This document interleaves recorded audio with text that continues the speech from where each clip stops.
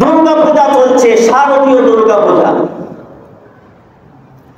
আপনারা শুনলে অবাক হবেন, টুপি পরেছে, পাঞ্জাবি পরেছে, আবার লম্বা পাঞ্জাবি পরে,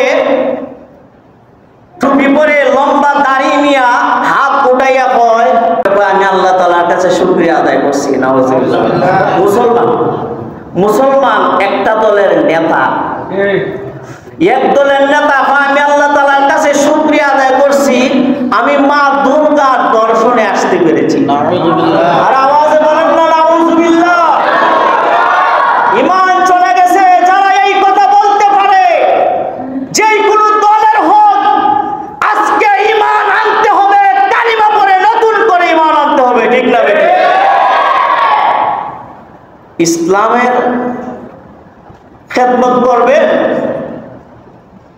মন্দিরে গিয়া তাদেরকে পাহারা দিবেন, বলবেন দেব দেবীর পাহারা আমরা দিব। তো আল্লাহ রাসূল বলছেন মুশরিকদেরকে তোমরা বন্ধু বানায় না, আর তোমরা গিয়া মুশরিকদেরকে বন্ধু বানাও, যত ভালো মাজার ভাঙো আর মন্দিরে গিয়া পাহারা দাও। নাউজুবিল্লাহ। কুরআনুল কারীমে আগুন দেওয়া হয়েছে বাংলাদেশে অনেকবার, মসজিদে জুতা দিয়া হরি দেওয়া হয়েছে হাজারবার এই দেশে। নাউজুবিল্লাহ।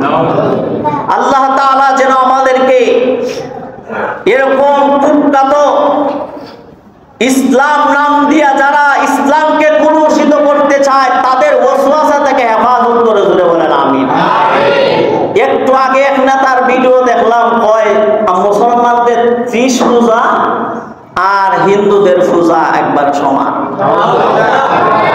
কয় আমি আজকে তোমাদের শারদীয় দুর্গা পূজায় এসে আমি মুসলিম পেরেছি, আমি 30টা দিন রোজা রাখছি।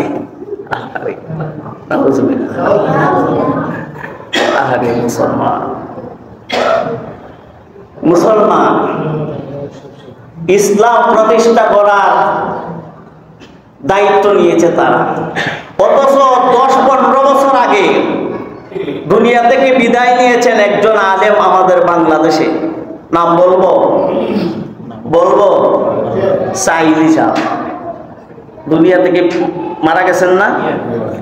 ওনার বক্তব্য অনলাইনে আছে, ইউটিউবে আছে, ফেসবুকে আছে, যে ওনার বক্তব্য এত ধারালো বক্তব্য যে কোন মুসলমান যদি হিন্দুদের পূজায় যায় সে মুসলমান দাবি করতে পারবে না, যদি হিন্দুদের পূজার শারদীয় শুভেচ্ছা জানায় তার ঈমান থাকবে না। অথচ তারাই আজকে মন্দিরে পাহারা দেয়, মাজার ভাঙে।